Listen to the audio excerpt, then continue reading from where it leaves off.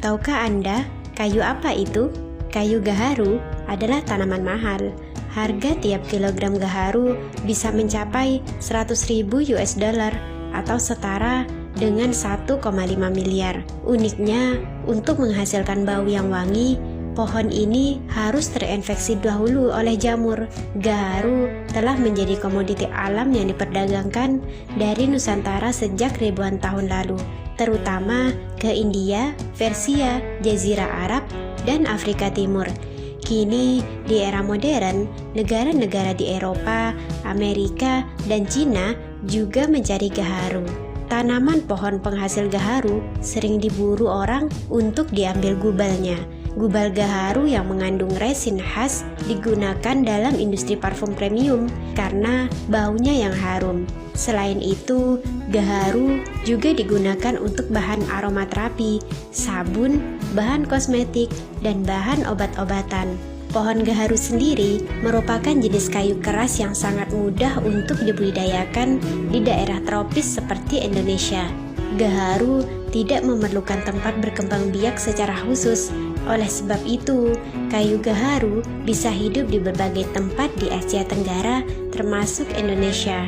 Kayu gaharu Indonesia diekspor ke berbagai negara seperti Saudi, Kuwait, Yaman, United Emirates, Turki, Singapura, Jepang, Cina, dan Amerika Serikat. Di sana, gaharu dijadikan bahan baku untuk industri kosmetik, pewangian, obat-obatan, hingga menjadi hio atau dupa wewangian dan aneka kerajinan. Terdapat 20 jenis gaharu yang tersebar di Asia, seperti Cina, Asia Tenggara, hingga India. Di Indonesia sendiri, sedikitnya terdapat 6 spesies pohon gaharu. Namun, yang paling terkenal adalah spesies Aquilaria malacensis. Kualitas terbaik gaharu di Indonesia berasal dari hutan Kalimantan Timur yang bisa terjual hingga 150 juta per kilogram. Biasanya berasal dari alam yang masih jarang tersentuh manusia, berumur ratusan tahun dan terinfeksi secara alami di hutan belantara seperti Papua, Sulawesi, dan Kalimantan.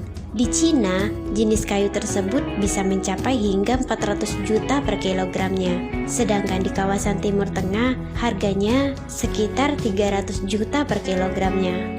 Mahalnya kayu gaharu berdampak pada terancamnya kelestarian pohon gaharu di habitat aslinya. Ini terjadi karena tidak sedikit masyarakat yang memilih menebang gaharu dari alam ketimbang membudidayakannya. CITES sendiri mengatur ketat perdagangan kayu ini dengan memberlakukan kuota di masing-masing negara. Hal ini untuk mempertahankan kelestariannya di alam karena keberadaannya yang hampir punah.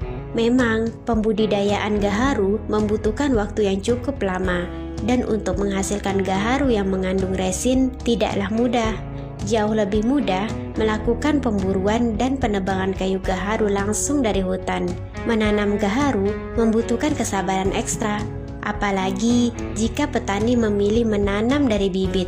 Harus rajin melakukan pengecekan secara berkala, serta mengenali penyakit yang kemungkinan menyerang sehingga mengakibatkan gubal tidak terbentuk dengan sempurna. Salah seorang petani di Kota Baru yang sudah mengembangkan pohon gaharu, menurutnya untuk menanam pohon gaharu dan menghasilkan banyak getah diperlukan perawatan khusus. Saat pohon gaharu berumur sekitar 5 hingga 8 tahun, pohon yang tumbuh seperti pohon hutan alam itu perlu disuntik dengan obat pemuncul getah.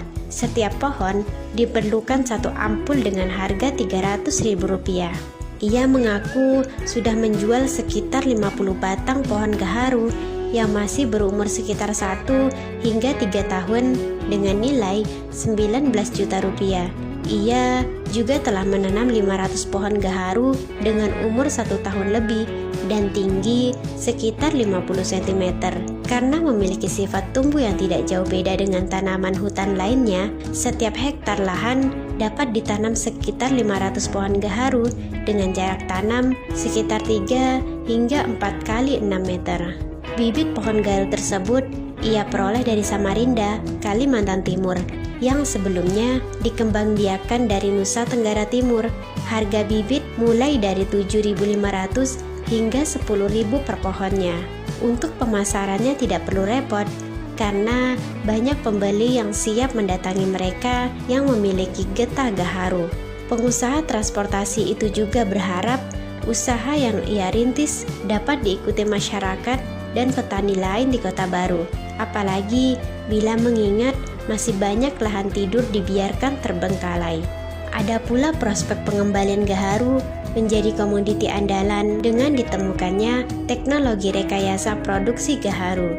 Dengan teknologi inokulasi, maka produksi gaharu dapat direncanakan dan dipercepat melalui induksi jamur pembentuk gaharu pada pohon penghasil gaharu. Peningkatan produksi gaharu dimaksudkan untuk selanjutnya akan berdampak pada peningkatan penerimaan oleh masyarakat, pengusaha gaharu, dan penerimaan pendapatan asli daerah serta devisa negara. Inokulan yang diproduksi oleh Badan Litbang Kehutanan berbentuk cairan dari jamur dan bisa dipesan untuk kelompok tani gaharu melalui pendampingan dari petugas yang ditunjuk. Balai tersebut telah melakukan riset pertama tentang bioinduksi sejak tahun 1984 dengan menggunakan jamur dan serbuk gergaji. Teknologi generasi 1 telah diperbaharui dan digantikan dengan generasi 2. Dan kedua, pada tahun 2004, inokulan berupa jamur dan nutrisi cair. Untuk caranya sendiri, sebelum penyuntikan, inokulan di blender terlebih dahulu. Inokulan sendiri berisi benang jamur yang menggumpal. Benang jamur perlu dipotong-potong oleh blender agar dalam proses penyuntikan tidak macet. Setelah di blender, masukkan ke dalam gelas dan inokulan siap disuntikan dan dihabiskan hari itu juga. Syarat untuk inokulasi yaitu pohon harus yang jenis penghasil gaharu, pohon harus sehat, diameter lebih dari 15 cm, berbunga atau berbuah, jamur yang direkomendasi, jamur yang masih hidup, dan penyuntikan tidak pada saat hujan.